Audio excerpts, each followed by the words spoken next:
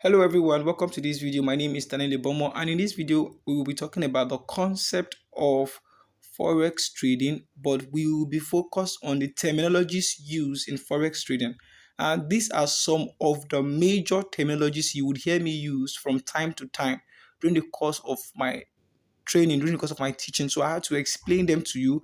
Although I've made friends with some of them in the previous video, but I just want to brush through everything so that you can have a vast idea of what they all entails. Now, the terminologies that we're going to be looking at first, or the first terminology we'll be looking at, is the long position or the long. Now, a long position or simply long means what? Buying an asset with the expectation that its value would rise. The long USD, when I say long USD, for instance, it simply means that what? You have to buy what? USD. If I say long card, it means that what? You have to buy what? The Canadian dollar. So long means buy. Long means buy, or the long position what means that what you are supposed to buy. The short position or the short. Now, a short position or short means that what selling an asset with intention of buying it again at a lower price.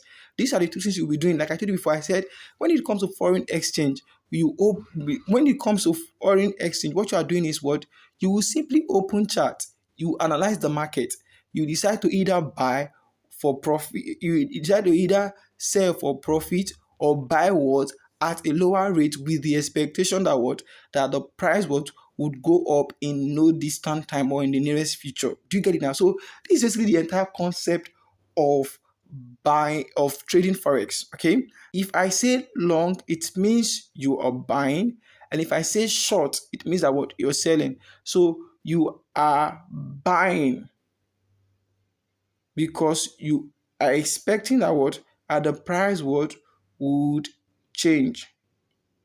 And the same thing also applicable to what short position or short, which means that what you are selling because you know that what again and again the price might lower and then you can buy what at a more cheaper what rate. I hope it's quite understandable. So by long position means you're buying, and short position means that what you're selling. Are we together? So the next thing there is what is PEEP. Now PEEP is an acronym that stands for price interest point. A pip is the smallest unit in which what a currency pair can change in value.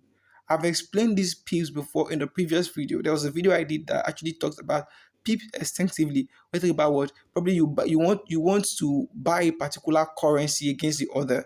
Now the change that happens for within the price is what known as what as PEEP. Okay. So the next one is what is instant order.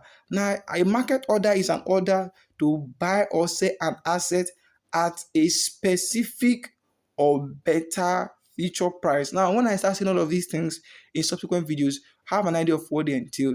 Okay, and then you know what you are supposed to do. The next concept we're talking about there is limit order. A limit order is an order to buy or sell an asset at a specific or better future price. A limit order is an order to buy or sell an asset at a specific or better future price. This is what you should have in mind. You're buying or you're selling an asset at a specific or what or better what future price. So this is what the limit what order. Now the next one is what is the stop loss order. Stop loss order. The stop loss order. Now a stop loss order is a type of limit or market order that only activated when certain price is of the stop loss order is mainly to limit what loss. Now you would come across this concept like someone would say, okay, when you are trading, use stop loss. Stop loss means that okay, you're going to be having a specific price range that okay, if price goes below this particular range, instantly, since I'll be running at loss, I would have to what? I'll have to cancel what a particular trade and then I have to sell at a particular instance. Do you get it now? So there's a stop loss order. And I just have this at the back of your mind. I would start using them in the course of our training as I'll be explaining a few things to you so that you have what a glimpse of what I'm talking about. Okay, so beyond the stop loss, we have the bid price. I've explained this before, and of course, the bid price is the highest price the market is willing to buy from you. The bid price is the highest price what the market is willing to buy from you. The next thing is what is the ask price. Now, this is the lowest price the market is willing to sell an asset to you. The bid is for buying, the ask is for selling. So the bid is for buying, the ask is for selling. You must have these two concepts at the back of your mind. I've talked about stop loss, I've talked about long, I've talked about short, I've talked about market order, I've talked about limit order. All of these things are the things that we'll be using subsequently as we progress. Okay, so if these things sound strange or familiar to you, just take it chill pill, okay? Because as we start going through the training over and over again, you'll be able to grasp all of these in no or distant time. The next one we're talking about is spread. Now, I've talked about bid. We talked about what? Ask. And we said bid is for what? Is for buying. And ask is for what? Is for selling. Bid is the highest price market is willing to what? To buy from you. And ask is the lowest price the market is willing to sell for you. Now, the spread is the difference or the value difference between the bid and the ask price. You are trading one currency against another. For instance, we say, let's say we are trading a major currency like maybe GBP against the USD. Now, you know that the GBP is the base currency, while the USD is the quote currency.